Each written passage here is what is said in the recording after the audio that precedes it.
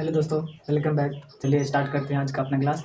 आज की क्लास में हम सब जो है साइंस का ऑब्जेक्टिव क्वेश्चन जो 3 चैप्टर का हुआ था, तो आज हम जो है चौथा चैप्टर कार्बनिक यौगिक कार्बनिक कंपाउंड का ऑब्जेक्टिव क्वेश्चन देखेंगे। केमिस्ट्री का ये होगा, तो चलिए स्टार्ट करते हैं। इसमें जो है सबसे पहले कार्बनिक यौगिक के बारे में जानना पड़ेगा, और उससे पहले हाइड्रोकार्बन क्या होता है, उसका जो श्रृंखला होता है, ये सब क्या होता है, ये सब के बारे में चर्चा करेंगे। उसके बाद आपको जो है क्वेश्चन स्क्रीन पर शो करेगा, उसके बाद उसका आंसर होगा। तो इसमें जो है सबसे पहले होता क्या है कि जो केमिस्ट्री है, केमिस्ट्री में सबसे पहले जो एलिमेंट्स हैं 118 तत्व है, उसमें से कुछ ऐसा तत्व है जो हाइड्रोजन से अभिक्रिया करके जो है एक अनंत श्रृंखला वाला जो है यौगिकों का निर्माण कर लेता है, और खासकर उसमें कार्बन। तो कार्बन जो है, कार्बन वो हाइड्रोजन से अभिक्रिया करके एक बहुत ही श्रृंखला जटिल जिसको बोलते हैं, उस श्रृंखला में जो है निर्माण कर ले, एक सीरीज लंबी सीरीज में जो है यौगिकों का निर्माण कर लेता है, उसको हम बोलते हैं कार्बनिक यौगिक या फिर हाइड्रोकार्बन उसको बोला जाता है। तो इसमें सबसे पहले होता है कि अगर धातु है, धातु कोई धातु है, धातु कहने का मतलब हुआ कि अगर जिसके बाहरी सेल में इलेक्ट्रॉन जो है 1 2 3 होता है, उसको धातु बोलते हैं। तो धातु अगर कोई धातु से अभिक्रिया करे, धातु कोई दूसरा धातु से अभिक्रिया करेगा, तो ये बात जो है, ये अभिक्रिया जो है कभी भी संभव नहीं होने वाला है। धातु धातु से अभिक्रिया होता ही नहीं, तो इसमें नो रिएक्शन, इसमें अभिक्रिया नहीं होगा। धातु जो है, धातु धातु में जो है अभिक्रिया नहीं होगा, इतना याद रखना है। उसके बाद एक धातु है, एक अधातु है, एक धातु और दूसरा अधातु, तो ये जो अभिक्रिया से जो यौगिक बनता है, तो उसको बोलते हैं आयनिक यौगिक, आयनिक यौगिक, आयनिक कंपाउंड, आयनिक यौगिक। और जिस बंध के द्वारा बनाया जाता है उसको आयनिक बंध बोलते हैं। तो ये आयनिक यौगिक हुआ। इसी का एक और नाम है विद्युत सहसंयोजी यौगिक, यानी इलेक्ट्रॉनों के आदान प्रदान से इसमें जो है, अब इलेक्ट्रॉन क्या हुआ कि धातु जो है इलेक्ट्रॉन डोनर होता है, धातु इलेक्ट्रॉन दाता होता है, और अधातु जो है इलेक्ट्रॉन एक्सेप्टर होता है, वो इलेक्ट्रॉन को जो है ग्रहण करता है। उसके बाद फिर अगर कोई अधातु है और इधर भी अधातु है, तो इस वक्त जो अभिक्रिया होगा, तो अभी जो होगा इलेक्ट्रॉन के साझा से अभिक्रिया होगा, तो इसको बोलते हैं सहसंयोजी यौगिक, सहसंयोजी यौगिक बोलेंगे। और ये जो अभिक्रिया होगा जिस बंध से बनेगा उसको सहसंयोजी बंध बोलते हैं। तो जो सहसंयोजी बंध होता है वो दो अधातुओं के बीच जो है बनाया जाता है, सहसंयोजी बंध। तो इसमें इलेक्ट्रॉनों का जो है पेयर होता है, साझा किया जाता है, पेयर इलेक्ट्रॉन का साझा होता है। तो अधातु अधातु के बीच जो है यहाँ पर सहसंयोजी यौगिक बनता है, उसको कोवेलेंट कंपाउंड बोलते हैं। तो इतना चीज़ जो है आपको पता होना चाहिए। ये अब धातु क्या होता है, धातु क्या होता है, ये पिछले चैप्टर जो यही था धातु धातु चैप्टर, ये चौथा चैप्टर है कार्बनिक एवं यौगिक। अब इससे आगे हम सब क्या जानते हैं कि अधातु अधातु, जैसे यहाँ पर मेन है कार्बनिक यौगिक में जो है कार्बन और हाइड्रोजन का योगदान होता है। तो कार्बन है, कार्बन और हाइड्रोजन, हाइड्रोजन, तो ये दोनों जो है आपस में अभिक्रिया करके एक लंबी श्रृंखला वाला जो है यौगिकों का निर्माण कर लेता है, उसको हम हाइड्रोकार्बन बोलते हैं, हाइड्रोकार्बन, हाइड्रोकार्बन बोलते हैं। जिसमें हाइड्रोजन और कार्बन हो उसको हाइड्रोकार्बन बोलेंगे। ऑब्जेक्टिव क्वेश्चन में देखिएगा किस प्रकार कि हाइड्रो पूछा जाएगा इनमें कौन सा जो तत्व हाइड्रोकार्बन है, उसके बाद आयनिक यौगिक है, सहसंयोजी है, इस तरीके से। तो जो हाइड्रोकार्बन है उसमें क्या है, अब यहाँ पर हाइड्रोकार्बन हम क्या बोलते हैं, क्योंकि ये एक लंबी श्रृंखला, इसका जो अलग ही ये पैटर्न बन जाता है, इसको इसीलिए इसको जो है हाइड्रोकार्बन बोलते हैं। और जो भी हाइड्रोकार्बन है सब के सब देखा जाए तो सहसंयोजी यौगिक ही है, साझा से ही बना होगा, इसमें इलेक्ट्रॉन के आदान प्रदान से नहीं बना। तो हाइड्रोकार्बन हो गया, इसमें हाइड्रोजन और कार्बन की आवश्यकता होगा हाइड्रोकार्बन बनने में। अब ये जो हाइड्रोकार्बन है वो दो प्रकार होता है, एक संतृप्त वाला होता है, एक असंतृप्त वाला होता है। इससे पहले जो साझा होता है ना, तो साझा दो इलेक्ट्रॉनों के बीच होता है, दो इलेक्ट्रॉनों के बीच। अब इसमें दो इलेक्ट्रॉनों के बीच जब साझा होता है तो उससे जो है सिंगल बॉन्ड बनता है, सिंगल बॉन्ड, ये सिंगल बॉन्ड है, सिंगल बॉन्ड, ये डबल बॉन्ड है, और ये ट्रिपल बॉन्ड है, ट्रिपल बॉन्ड। तो दो इलेक्ट्रॉनों के बीच अगर साझा होगा तो उससे जो है सिंगल बॉन्ड बनेगा। एक इलेक्ट्रॉन यहाँ होता है, एक इलेक्ट्रॉन यहाँ, और 4 इलेक्ट्रॉन है 4 इलेक्ट्रॉनों के बीच जो साझा होता है तो उससे डबल बॉन्ड, और 6 इलेक्ट्रॉनों के बीच के साझा से जो है ट्रिपल बॉन्ड होता है। तो सहसंयोजी पूछा जाएगा कि सहसंयोजी जो बंध है वो कितने प्रकार है? 3 प्रकार, एकल बंध, द्विया बंध, त्रिया बंध। उसी को सिंगल बॉन्ड, डबल बॉन्ड और ट्रिपल बॉन्ड बोलते हैं। तो हाइड्रोकार्बन 2 प्रकार है, एक ठो संतृप्त वाला, एक ठो असंतृप्त वाला। तो पहला देखते हैं संतृप्त, इसमें हम थोड़ा सा चर्चा करेंगे, और दूसरा है असंतृप्त। तो संतृप्त हाइड्रोकार्बन में एक ग्रुप होता है जिसको बोलते हैं एल्केन।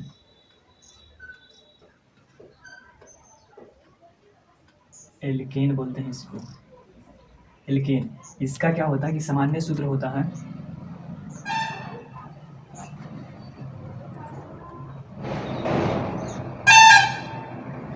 सामान्य सूत्र, नॉर्मल जो फार्मूला है एल्केन का वो होता है CnH2n+2। ये एल्केन का जो है सामान्य सूत्र है। अब एल्केन में क्या होता है, कार्बन कार्बन के बीच सिंगल बॉन्ड होता है, इसमें सिंगल बॉन्ड का प्रयोग किया जाता है, सिंगल बॉन्ड। आप देखिए एल्क क्या होता है, तो एल्क का मतलब होता है नंबर ऑफ कार्बन, कै वो कार्बन है। तो अगर कार्बन की संख्या 1 है, जो एल्क हुआ, एल्क, तो number of carbon, number of carbon elk का मतलब होता है। अगर कार्बन का एन, यहाँ पर जो एन जो हुआ वो नंबर ऑफ कार्बन है, कार्बन की संख्या को दर्शाता है। तो एन का मान अगर 1 है, मतलब 1 कार्बन है, तो उसको यहाँ पर हम बोलेंगे कि मेथ बोलेंगे, मेथ। एन का मान अगर 2 है, एन का मान 2 है, एन का मान 3 है, एन का मान 4 है, एन का मान 5 है, एन का मान 6 है, एन का मान 7 है, 8, 9, 10 ऐसे करके। अगर एन का मान 1 है तो उसको मेथ बोलेंगे, 2 है तो उसको ईथ बोलेंगे, 3 है तो प्रोप बोलेंगे, 4 है तो ब्यूट बोलेंगे, 5 है तो पेंट बोलेंगे, 6 है तो हेक्स बोलेंगे, 7 है तो हेप्ट बोलेंगे। तो ये याद रखना है। और 8 है तो ऑप्ट बोलेंगे, 9 है तो नॉन बोलेंगे, 10 है तो डेक बोलेंगे, 11 है तो अनडेक, 12 दो डेक, फिर ट्राइडेक, टेट्राडेक। उसके बाद अगर कहीं पर लगा हुआ एक ही चीज़ है, एक ही इकलौता, जैसे ऑक्सीजन है, तो एक को हम जो है और भाषा में मोनो बोलते हैं, मोनो। एक का मतलब होता है मोनो,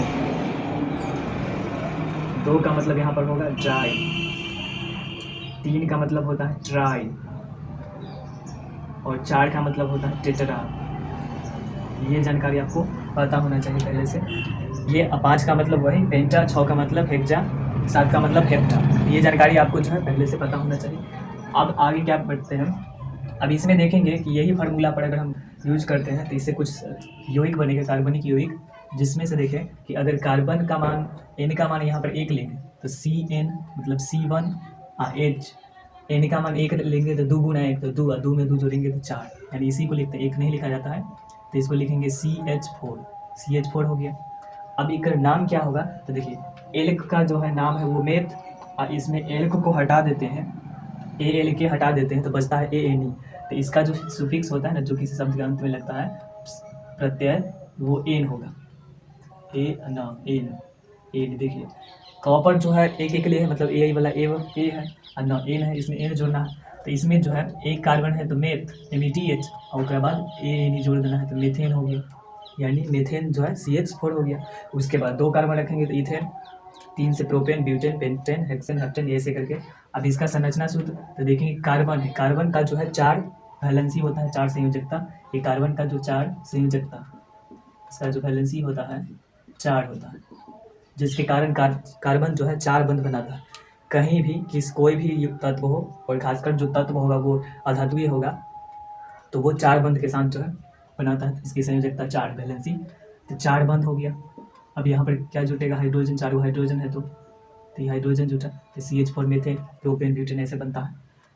तो ये हुआ। तो ये संतृप्त हाइड्रोकार्बन में एक समूह आता है एल्केन। ये सब तरीके से आप बना सकते हैं, ये नॉर्मल जानकारी है, और आई होप कि आपको जो है आप पहले से भी जानते होंगे ये सब चीज़। उसके बाद असंतृप्त हाइड्रोकार्बन में आता है 2 चीज़, इसमें एक आता है एल्कीन, और दूसरा जो है एल्काइन। तो एल्कीन का जो सामान्य सूत्र होता है वो है CnH2n, और इसका जो है एल्काइन का CnH2n-2 है। ये है, इसमें क्या जोड़ेंगे सुफिक्स इन जोड़ा जाता है, जैसे मेथीन हो जाएगा। मेथीन ऐसे नहीं बनेगा क्योंकि इसमें डबल बॉन्ड का प्रयोग होगा, इसमें कार्बन कार्बन के बीच डबल, इसमें ट्रिपल, ये होगा। तो मेथीन से नहीं बनता है, ethene, propene, butene, pentene, hexene, heptene. इसमें जो है मेथेन से नहीं, मेथ से नहीं बनता, ethyne, propyne, butyne, pentyne, hexyne ऐसे करके बनाया जाता है। तो ये कार्बन यौगिक है। तो चलिए अब जो है स्टार्ट करते हैं ऑब्जेक्टिव। ये कुछ जो है बेसिक चीज़ था जो हम बता दिए चैप्टर में ज़रूरी है। तो चलिए आपको जो है पहला क्वेश्चन स्क्रीन पर शो कर रहा होगा, लिखा गया है कि एथेन का जो है आणविक सूत्र दिया गया है। एथेन का अगर नहीं भी दिया जाता तो आपको पता होगा एथ का मतलब 2 कार्बन होता है और एन लगा हुआ है मतलब एल्केन्स ही है। तो यहाँ पर 2 रखेंगे। पहला नंबर जो क्वेश्चन है यहाँ पर लिखा गया एथेन है, यहाँ इनका मान जो है 2 है, 2 रखेंगे तो C2 एथेन है। एथ को ना ईथ भी पढ़ते हैं, इसको हिंदी में जो है ईथ भी पढ़ लेते हैं या फिर एथ भी पढ़ते हैं, दोनों पढ़ा जाता है। तो यहाँ पर इथेन है तो C2 है और H देखिए 2 का 2 गुना 4, 2 का 2 गुना कर देना है 4, 4 में 2 जोड़ लेना है 6, ये हुआ। इसका संरचना देखा जाए तो कार्बन 2 को कार्बन है और एथेन में क्या होगा, एल्केन में क्या है कि कार्बन कार्बन के बीच सिंगल बॉन्ड, इसमें डबल बॉन्ड, इसमें ट्रिपल बॉन्ड, कहीं एक ही जगह डबल ट्रिपल बॉन्ड देते हैं। तो इसमें कार्बन कार्बन के बीच सिंगल बॉन्ड। अब बताइए कि ये कार्बन का क्या वो बॉन्ड है पूरा, तो 1 ठो, तो बचा क्या 3 ठो, इसका 1 ठो है तो 3 ठो। अब यहाँ पे कौन जुटेगा, hydrogen hydrogen hydrogen hydrogen hydrogen और हाइड्रोजन। तो इस तरीके से संरचना हो गया। अब इसमें पूछा गया है कि कैठो मतलब सहसंयोजी, मतलब ये जो कोवेलेंट बाउंड है कैठो है, सहसंयोजी बंध। तो गिन लीजिए 1 1 2 3 4 5 6 7, इसमें जो है 7 सहसंयोजी बंध है, यानी एक का जो आंसर होगा बिहार वाला बी करेक्ट है, इसका आंसर बिहार वाला बी। फिर 2 नंबर क्वेश्चन देखिए, इनमें कौन सा यौगिक ईंधन के रूप में जो है इस्तेमाल किया जा सकता है। तो ईंधन के रूप में जिसको जला सकते हैं, तो इथेनॉल है, प्रोपेनॉल है, इथेनोइक है, इनमें सभी है। तो इनमें जो है सभी का यूज कर सकते हैं। इथेनॉल जो होता है वाइन होता है, तो उसका यूज कर सकते हैं। तो 2 का आंसर जो है इनमें सभी हो जाएगा डी नंबर। फिर 3 नंबर है कि कौन सा हाइड्रोकार्बन सबसे सरल जो है सरल यौगिक है, सबसे सरल यौगिक जो है वो है ब्यूटेन, जो कि सबसे नहीं ब्यूटेन है, इसमें मीथेन होगा, जो कि सबसे पहले बना है वही मीथेन हो जाएगा, ए नंबर करेक्ट है। उसके बाद 4 में है कि सरलतम हाइड्रोकार्बन है, तो सरलतम हाइड्रोकार्बन जो है ये मीथेन ही है, तो ये याद रखिएगा 4 नंबर का। तो 4 का जो है ए नंबर हो जाएगा। फिर 5 में कि कार्बन हाइड्रोजन से संयोग कर क्या बनाता है, हाइड्रोकार्बन बनाता है, कार्बन हाइड्रोजन से संयोग कर हाइड्रोकार्बन बनाता है, इसमें बी नंबर करेक्ट है। वायुमंडल में CO2 गैस की उपस्थिति कितना है, तो 0.03%। 6 का जो है 0.03%, ये कुछ जो है अभी बढ़ भी चुका है, तो ऐसे तो ऑप्शन के हिसाब से 0.03% 3 नंबर। उसके बाद सल्फ्यूरिक अम्ल का सूत्र होता है, तो सल्फ्यूरिक अम्ल हाइड्रोजन सल्फेट को बोलते हैं, H2SO4 को बोलते हैं।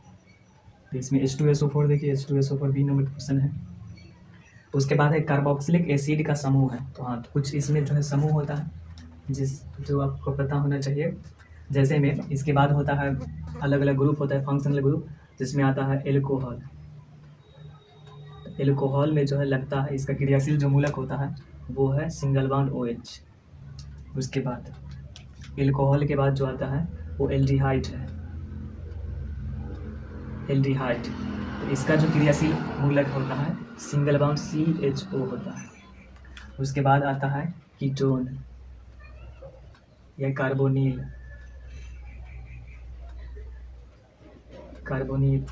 तो इसका जो होता है वो होता है single bond double bond CO, तो ये कीटोन कार्बोनिल का है। उसके बाद होता है कार्बोक्सिलिक अम्ल, कार्बोक्सिलिक अम्ल या केवल अम्ल, कार्बोक्सिलिक अम्ल या केवल अम्ल बोलते हैं। इसका जो होता है वो है सिंगल बॉन्ड COOH होता है, ये आपको याद होना चाहिए, जो पता होना चाहिए। तो देखिए कार्बोक्सिलिक एसिड है तो ये होगा अम्ल या फिर एसिड हिंदी में अम्ल बोलते हैं, तो सिंगल बॉन्ड COOH ये होता है, यानी बी नंबर करेक्ट है 8 का। उसके बाद 9 में है एथिलीन में जो है कार्बन कार्बन के बीच जो है 2 आबंध मौजूद है, तो कार्बन कार्बन के बीच 2 आबंध। हाँ तो ये देखिए कार्बन कार्बन के बीच अगर सिंगल बॉन्ड है तो सिंगल बॉन्ड में होता क्या है कि इसमें जो है 1 सिग्मा हो, डबल बॉन्ड में जो है 1 सिग्मा 1 पाई, ट्रिपल बॉन्ड में 2 पाई 1 सिग्मा होता है, ये पता होना चाहिए। तो एथिलीन में क्या है कार्बन कार्बन के जो डबल बॉन्ड है, डबल बॉन्ड अगर होगा तो वहाँ पर बताइए क्या होगा, तो 1 सिग्मा 1 पाई होगा।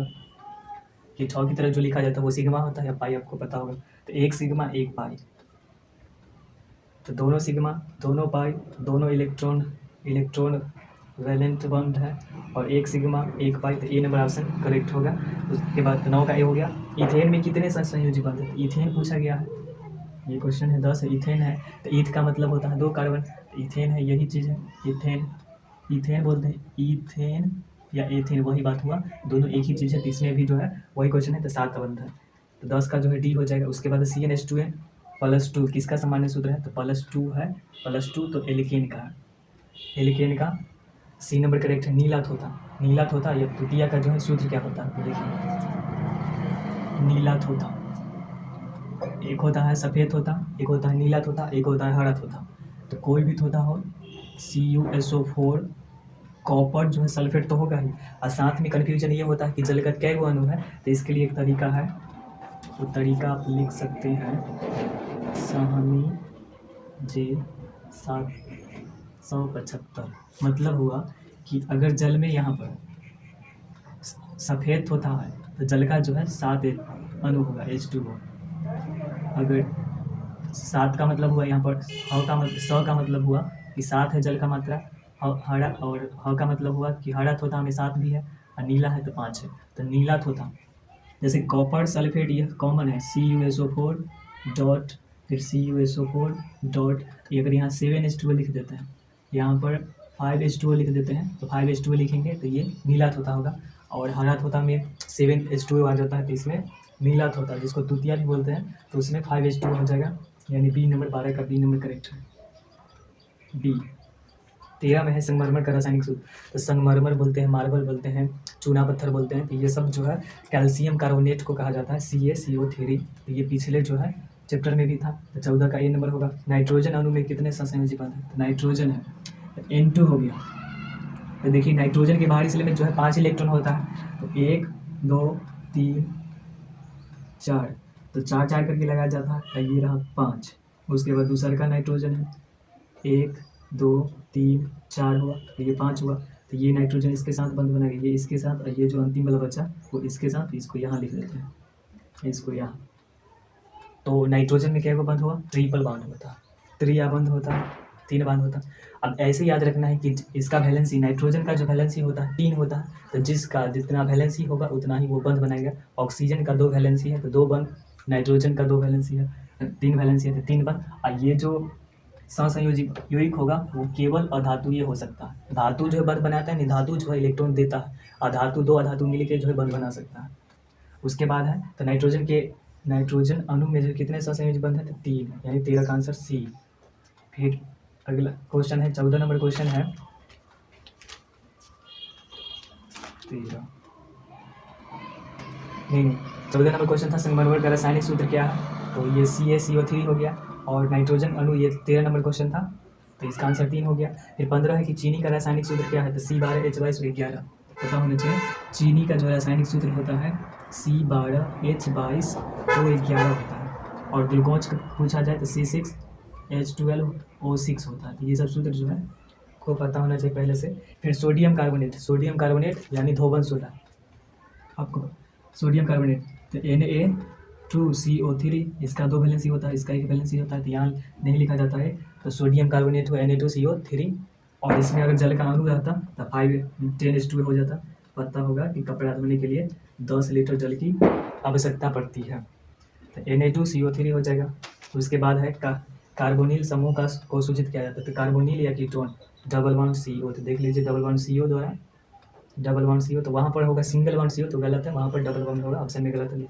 उसके बाद इथाइल एल्कोहल का सूत्र है, एल्कोहल ये ग्रुप से होगा, उसमें OH लगा होगा, OH। और इसका जो होता है सामान्य सूत्र होता है ना, वो CN होता है, H2N होता है, +1 और OH होता है।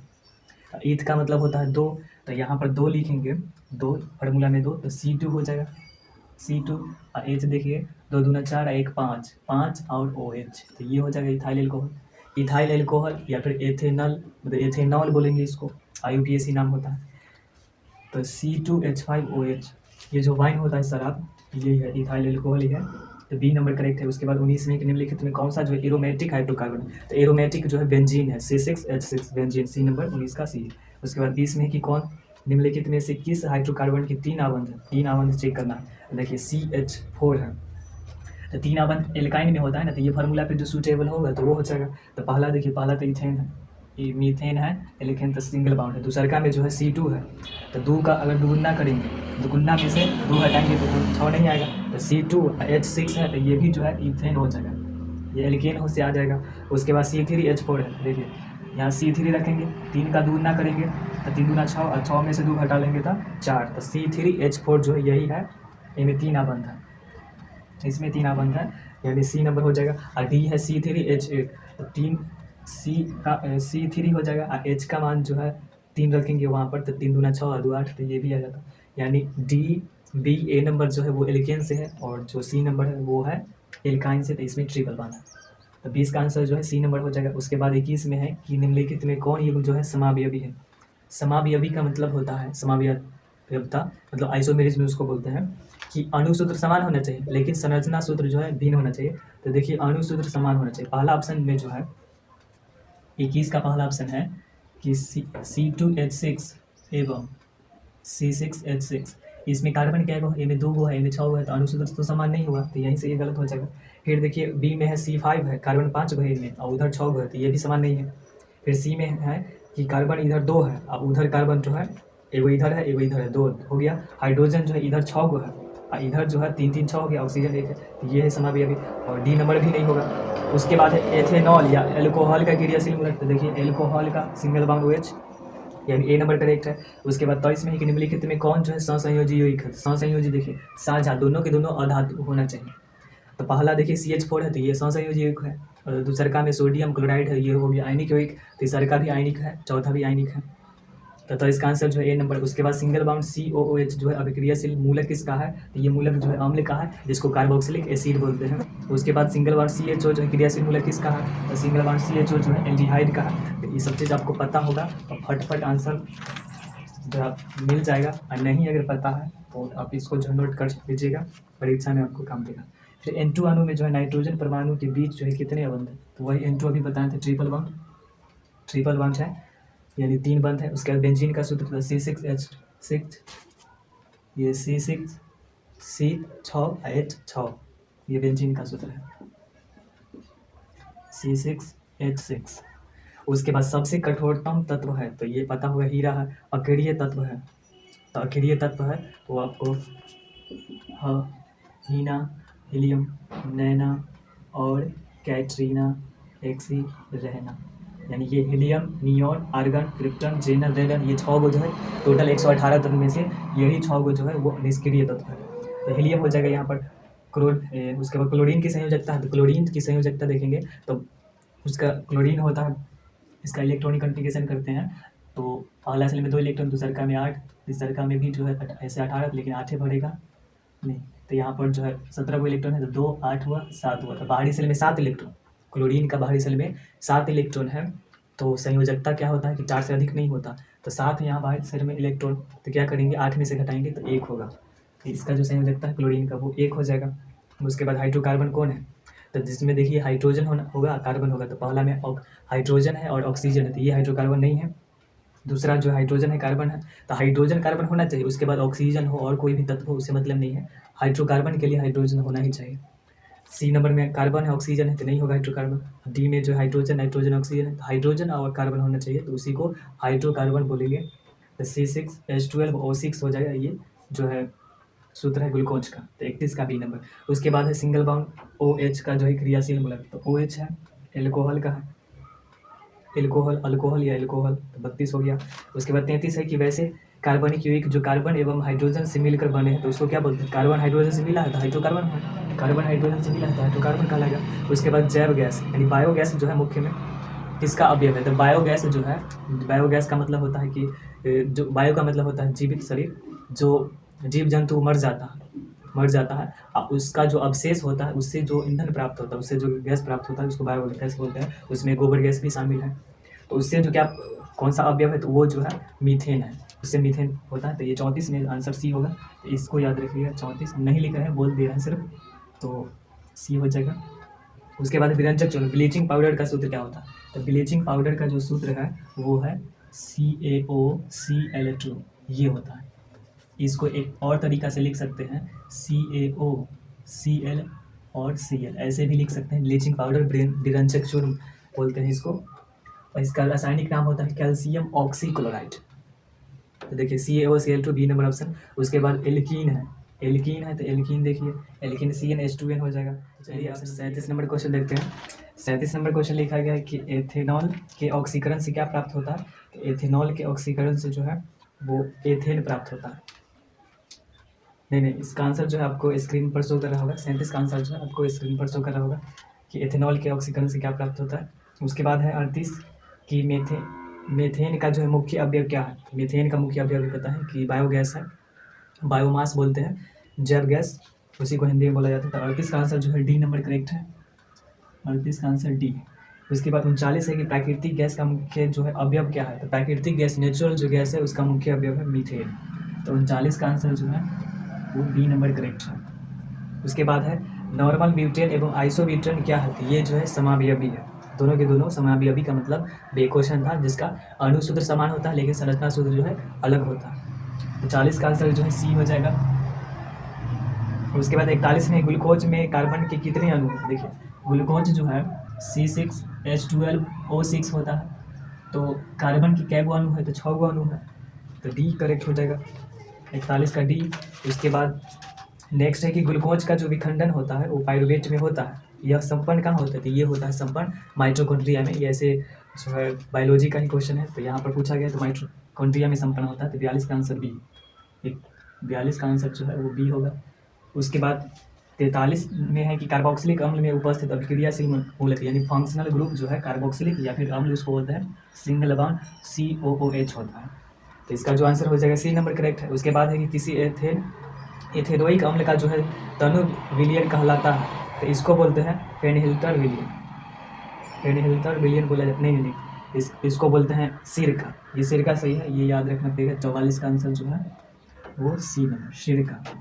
उसके बाद है ग्लूकोज के एक अणु में ऑक्सीजन के, देखिए कार्बन पूछा गया तो 6, ऑक्सीजन पूछा गया तो 6 हो जाएगा, ऑक्सीजन का भी 6, हाइड्रोजन पूछा जाता ना तो 12 हो जाता। तो ग्लूकोज के एक अणु में ऑक्सीजन के कितने परमाणु हैं। तो 6 परमाणु हैं। उसके बाद है कौन सा कार्बन यौगिक सबसे अधिक क्रियाशील है। तो सबसे अधिक क्रियाशील जो है वो मेथेन है यानी CH4। तो 46 का आंसर ए नंबर करेक्ट होगा। 47 है CH4 का आणविक द्रव्यमान। ये आणविक द्रव्यमान सीख लीजिए कैसे निकलता है।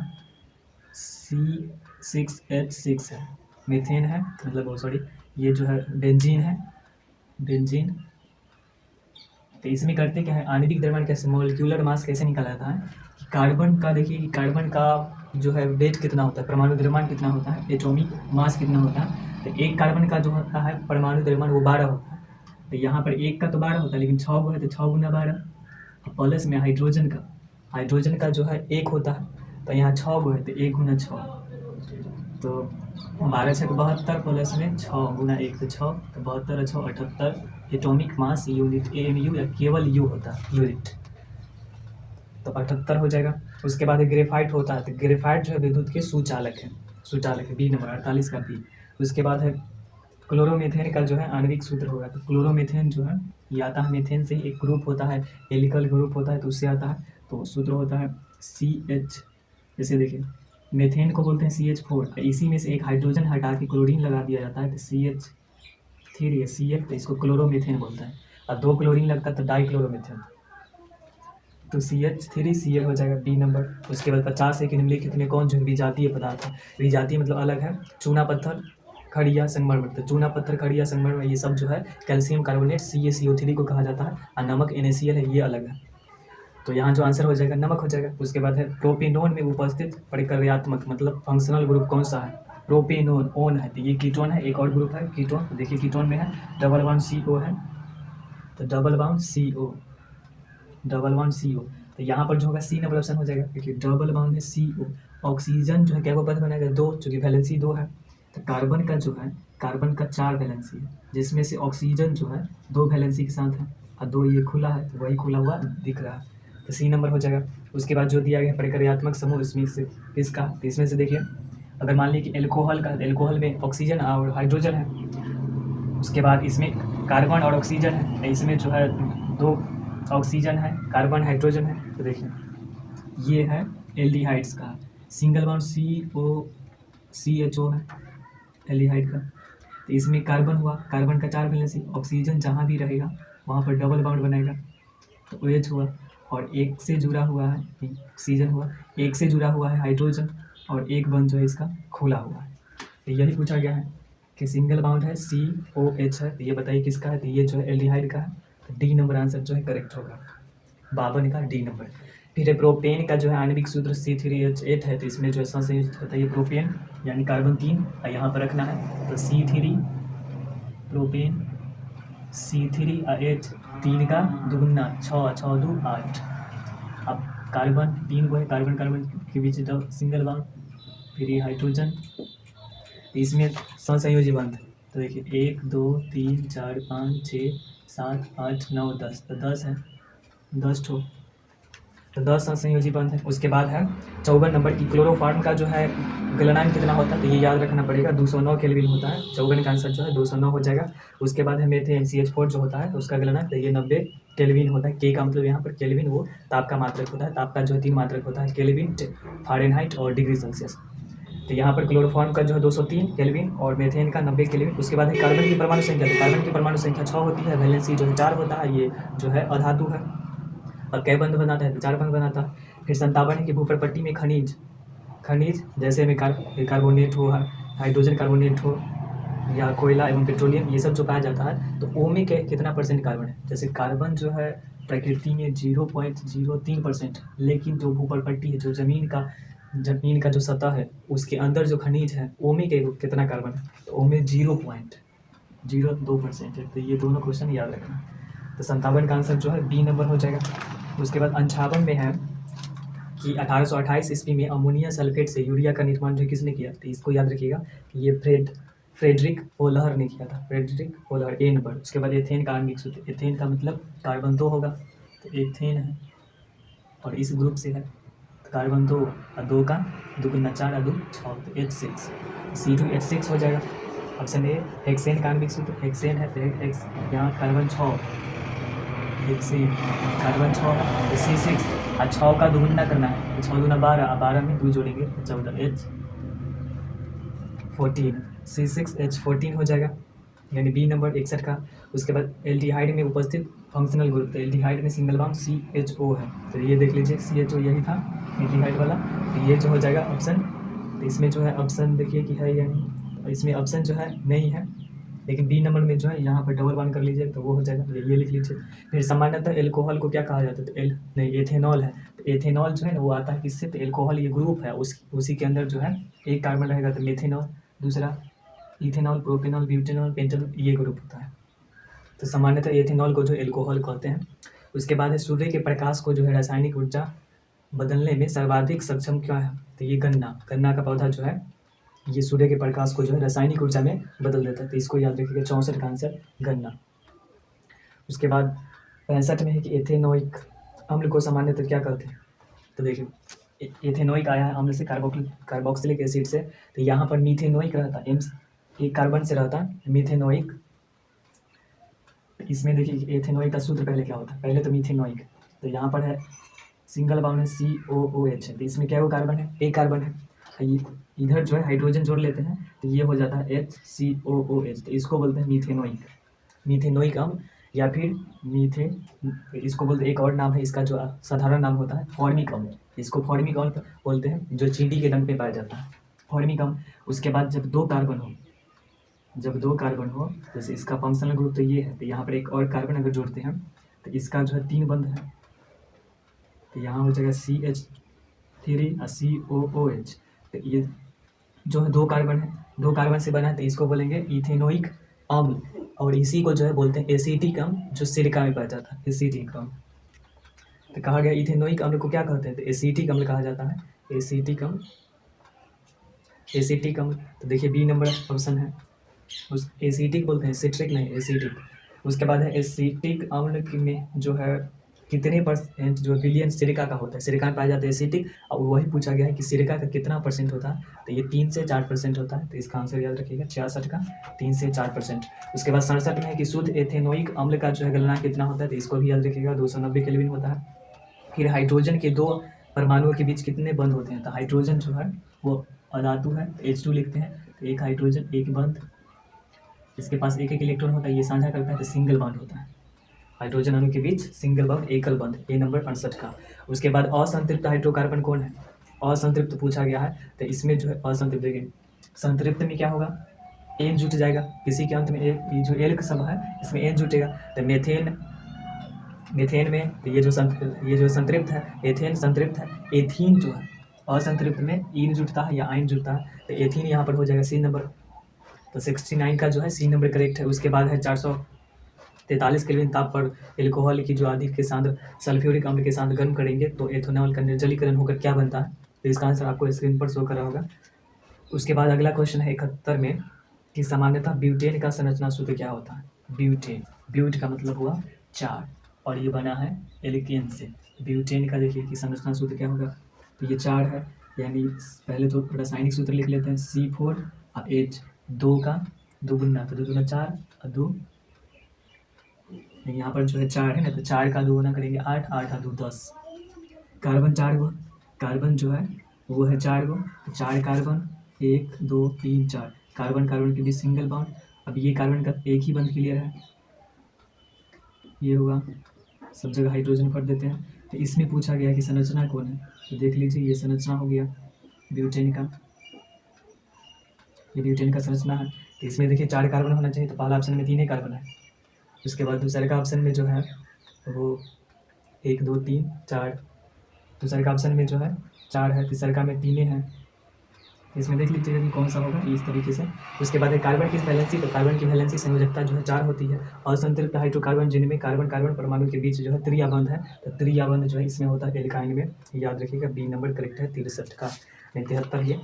उसके बाद अगला क्वेश्चन है कि ग्लूकोज का रासायनिक सूत्र, तो देखिए C6H12O6 है, यहाँ पर था ग्लूकोज का रासायनिक सूत्र, तो C6H12O6 यानी सी नंबर। उसके बाद एल्कोहल में कौन सा जो है तत्व उपस्थित होता है, तो एल्कोहल में देखिए, एल्कोहल में ऑक्सीजन हाइड्रोजन है, तो ऑक्सीजन, कार्बन तो है, कार्बन सब में रहता है, तो ऑक्सीजन हाइड्रोजन नाइट्रोजन है, तो इसमें कौन सा तत्व उपस्थित होता है, तो ऑक्सीजन। चूँकि एल्कोहल तो हाइड्रोकार्बन है, तो हाइड्रोकार्बन मतलब कार्बन और हाइड्रोजन रहेगा तो हाइड्रोकार्बन, लेकिन उसके अलावा कौन मौजूद होता है, तो ऑक्सीजन मौजूद होता है, तो बी नंबर 75 का आंसर डी। फिर वनस्पति तेल है, तो वनस्पति जो तेल है वो लंबी असंतृप्त हाइड्रोकार्बन श्रृंखला है, तो ये हो जाएगा बी नंबर 76 का। ऑक्सीजन की संयोजकता, तो ऑक्सीजन की वैलेंसी 2, ऑक्सीजन का परमाणु संख्या 8, बाहरी सेल में 6 इलेक्ट्रॉन। ब्यूटेन के जो है कितने समावयवी संभव है, तो ब्यूटेन को जो है 2 समावयवी संभव है। नहीं, ब्यूटेन जो है, ब्यूटेन पूछा गया, तो ब्यूटेन का जो है वो, इसका आंसर आपको स्क्रीन पर शो कर रहा होगा। उसके बाद है कि अमोनिया के अणु में नाइट्रोजन एवं हाइड्रोजन के परमाणुओं की संख्या का अनुपात, अमोनिया देखिए किसको बोलते हैं, NH3 होता है अमोनिया, NH4 अमोनियम, तो इसमें नाइट्रोजन एगो है, हाइड्रोजन 3 होते हैं, 1:3।